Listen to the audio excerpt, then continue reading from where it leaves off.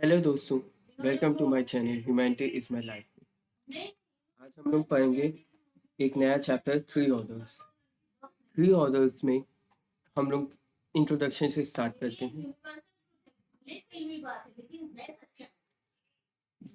जब Roman empire गिरने लगा था, after the fall of Roman empire, many group of Germanic people from eastern and central Europe occupied region of Italy, Spain and France. जब Roman empire का fall हो गया था तो कई सारे ग्रुप जर्मनिक पीपल के ईस्टर्न और सेंट्रल यूरोप के ऑक्यूपाई करने लगे, regions of Italy, Spain and France के। और in the absence of unifying political force, military conflicts was frequent. जब एक कोई पर्टिकुलर यूनिफाइंग पॉलिटिकल फोर्स नहीं था, पॉलिटिकल फोर्स ना होने के कारण मिलिट्री कॉन्फ्लिक्ट होने लगे, जो कि बहुत फ्रीक्वेंट थे। The need to gather resources to protect one's land became very important. जो नीड थी किसी के भी रिसोर्सेज को प्रोटेक्ट करने की, किसी के लैंड को प्रोटेक्ट करने की, वो बहुत इंपॉर्टेंट हो गया था। Social organization now centered on control of lands. Social organization अपना फोकस देने लगे कंट्रोल ऑफ लैंड में। क्रिश्चियनिटी जो था वो ऑफिशियल रिलीजन बना दिया गया था कॉन्स्टेंटाइन के द्वारा 4th सेंचुरी में। or survive the Christianity was made official religion by Constantine of the Roman Empire by the Emperor Constantine of the Roman Empire from the 4th century. Survived the collapse of Roman and gradual spread of certain Central and Northern Europe. जो Christianity religion था वो survive कर गया था collapse of Roman empire, और जो extension होता है, जो एक्सपैंडेशन होता है सेंट्रल और नॉर्थर्न यूरोप का। The church also became a major land holder and a political power in Europe. जो चर्च था वो मेजर लैंड होल्डर और पॉलिटिकल पावर बन गया था यूरोप में। The changing relationship between these three groups was an important factor in shaping European history for several centuries. जो relationship था इन तीन ग्रुप्स के बीच में वो बहुत इंपॉर्टेंट फैक्टर था शेप करने के लिए यूरोपियन हिस्ट्री को फॉर द सेवरल सेंचुरीज, कई सेंचुरीज तक। अब जो ये थ्री ऑर्डर की यहाँ पे बात या फिर थ्री ग्रुप की जो बात हो रही है, वो थ्री ग्रुप थे क्या? इसमें तीन ग्रुप थे। पहला क्लर्जी, दूसरा नोबिलिटी, तीसरा स्लेव्स और फ्रीमैन।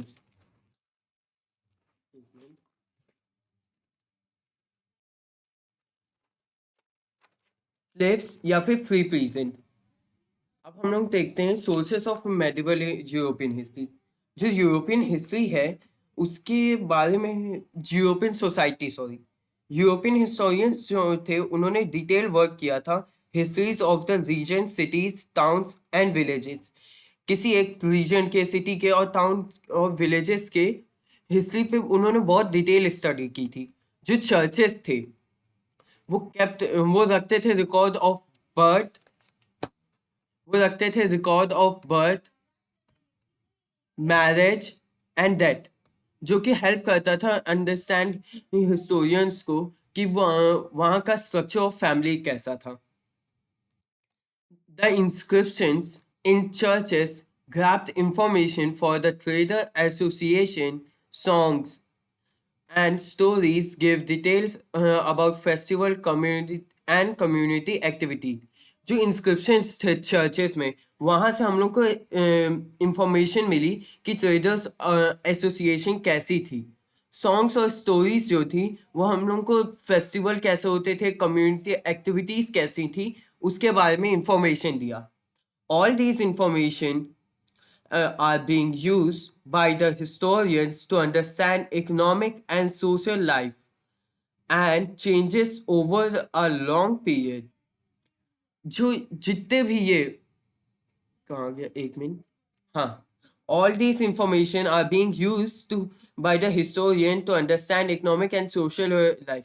ये जितने भी इंफॉर्मेशन थी ये हिस्टोरियंस के द्वारा यूज की गई सोशल लाइफ, इकोनॉमिक लाइफ जो चेंजेस आ रहे थे इस लॉन्ग पीरियड में, वो उसके बारे में, ओवर अ शॉर्ट पीरियड, छोटे पीरियड में चाहे आए चाहे वो बड़े पीरियड में, जो भी चेंजेस आए थे इकोनॉमिक और सोशल लाइफ में, उसके बारे में। जैसे कि लॉन्ग पीरियड के लिए हम लोग मान सकते हैं इंक्रीज इन पॉपुलेशन, और ओवर अ शॉर्ट पीरियड के लिए लाइक अ पीजेंट रिवॉल्ट, कोई पीजेंट ने रिवॉल्ट कर दिया। अब इसके बाद एक और है मार्क ब्लॉक, जो कि सबसे अर्लीस्ट स्कॉलर थे फ्रांस के, जिन्होंने वर्क किया था फ्यूडलिज्म के ऊपर, और ये इम्फेसाइज किए थे इम्पोर्टेंस ऑफ हिस्ट्री पे, सॉरी इम्पोर्टेंस ऑफ ज्योग्राफी पे, in shaping the human history.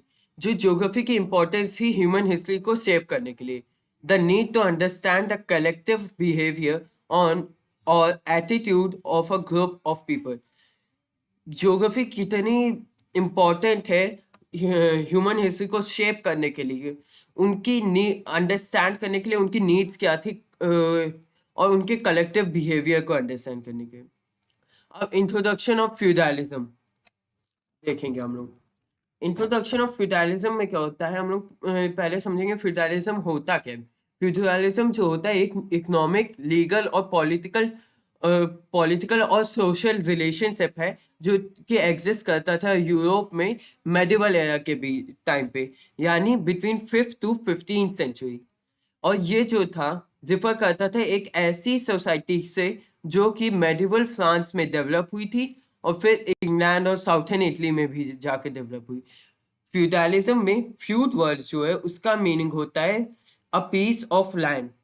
फ्यूडा तो फिर फ्यूडलिज्म रेफर करता है एक एग्रीकल्चरल प्रोडक्शन के ऊपर, जो कि बेस्ड हो रिलेशन के बीच, रिलेशन के ऊपर लॉर्ड और पीजेंट के।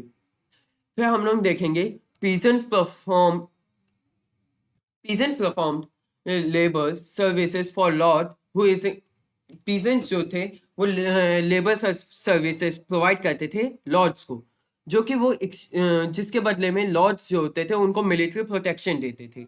लॉर्ड जो होते थे वो एक्सटेंसिव जुडिशियल कंट्रोल रखते थे पीजेंट के ऊपर।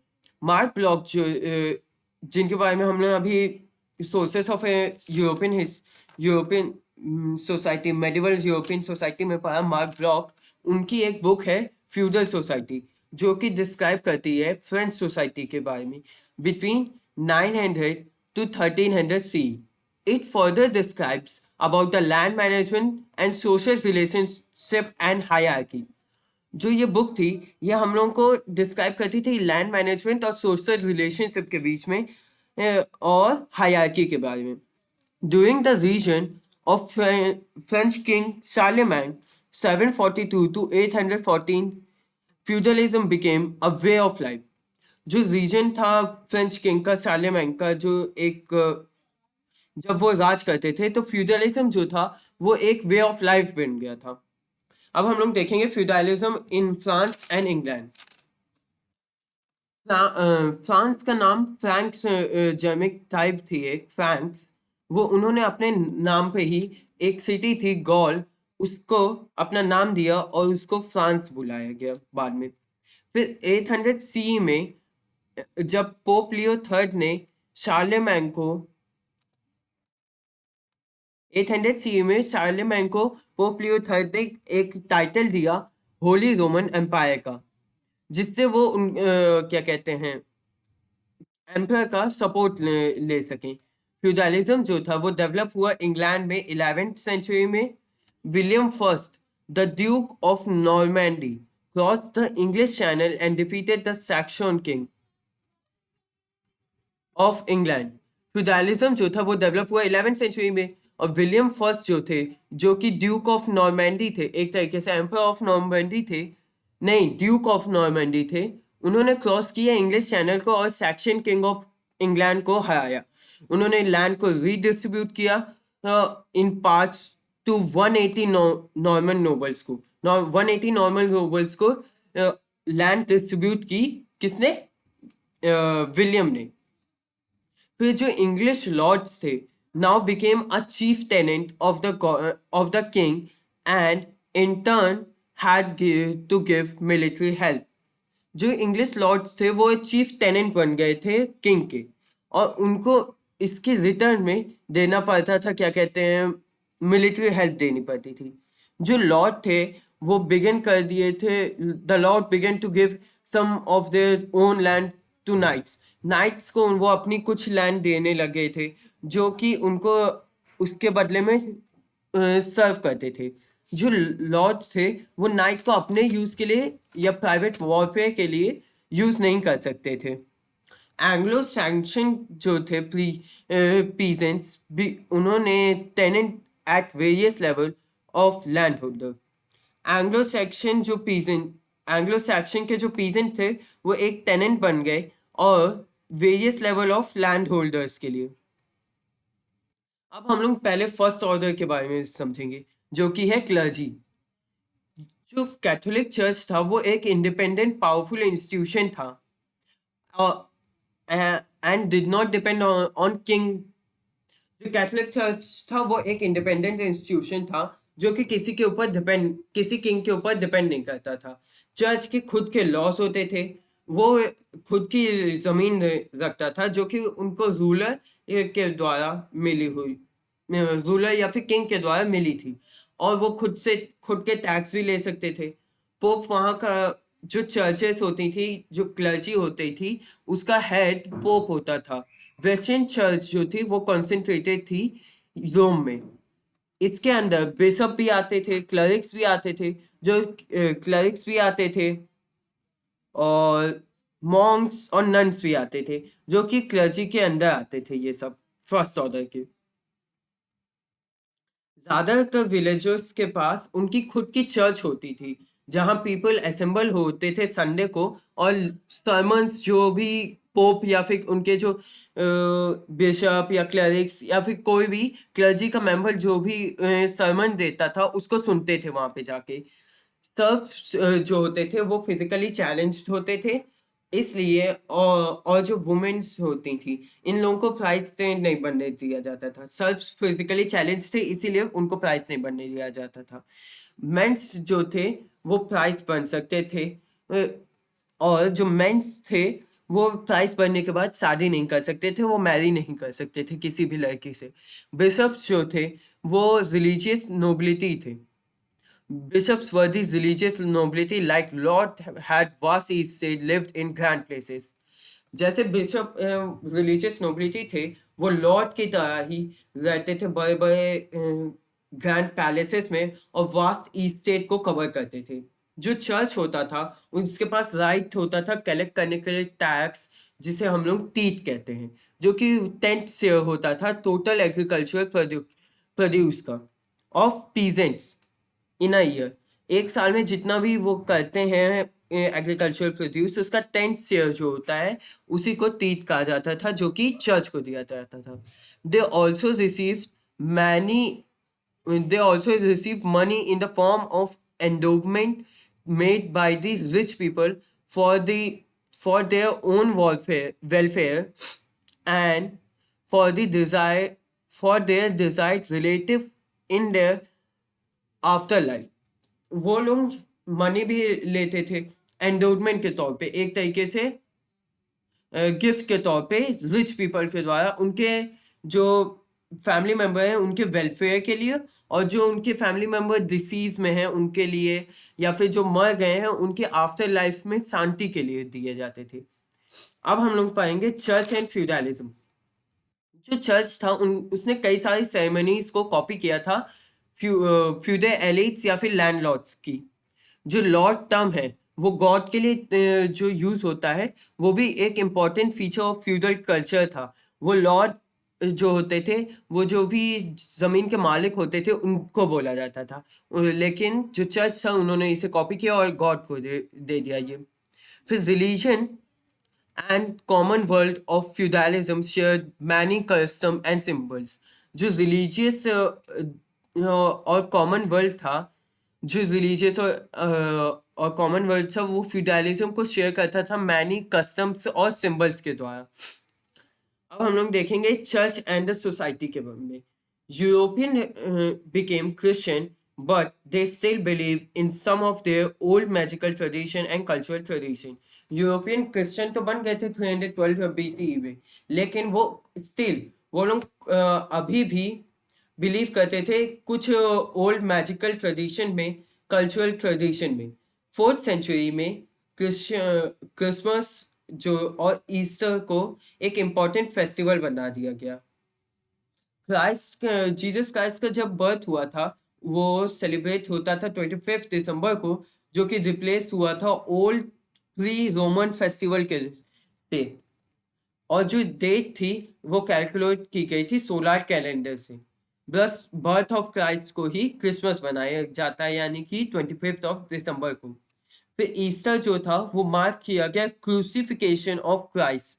क्रूसिफिकेशन ऑफ क्राइस्ट मतलब कि जब वो मर के फिर से जिंदा हुए थे उस दिन के लिए।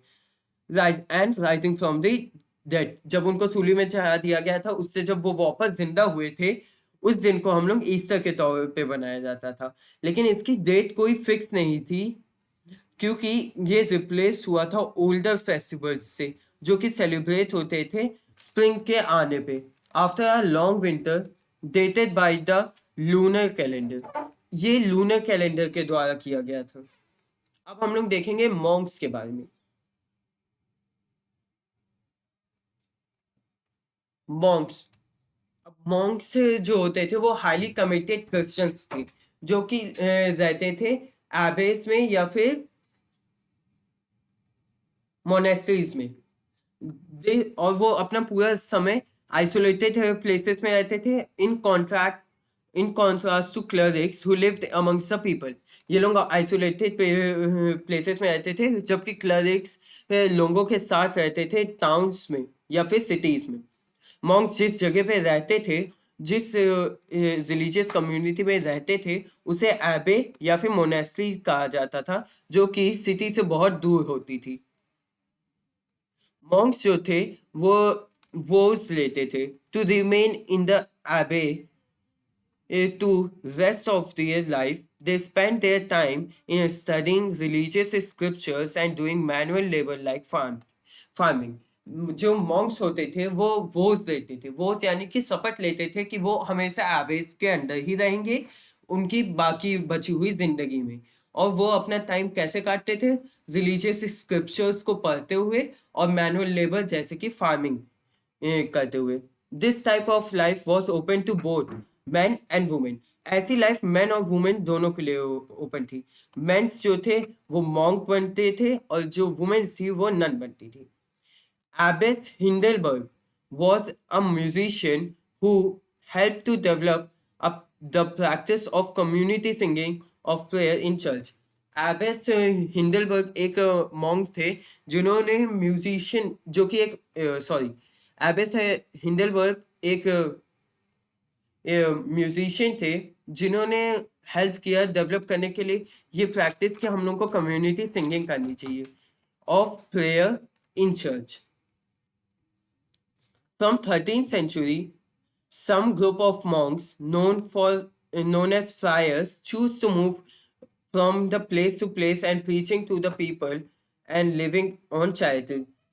तो 13th सेंचुरी से कुछ ग्रुप ऑफ मॉन्क्स ने ये डिसाइड किया कि वो एबेस में के अंदर ही नहीं रहेंगे, वो प्लेस टू प्लेस मूव करते रहेंगे और लोगों को प्रीच करते रहेंगे और उनको भगवान के बारे में, उनके रिलीजियस सॉन्ग्स और इन सबको गाते हुए घर एक जगह से दूसरी जगह जाते रहेंगे। चैरिटी पे लिव करेंगे, मतलब जो उनको मिलेगा एक तरीके से गिफ्ट के तौर पे, वो उसी पे वो लिव करेंगे। उन लोगों को फ्रायर्स कहा गया। चौसर Chaucer wrote the Canterbury Tales, which had a comic picture of a monk, nun and a friar. जो चौसर थे उन्होंने एक कैटेबरी टेल्स लिखा जो कि कंटेन करती थी comic picture of a monk, nun and a friar, friar की भी। अब हम लोग सेकेंड ऑर्डर के बारे में देखेंगे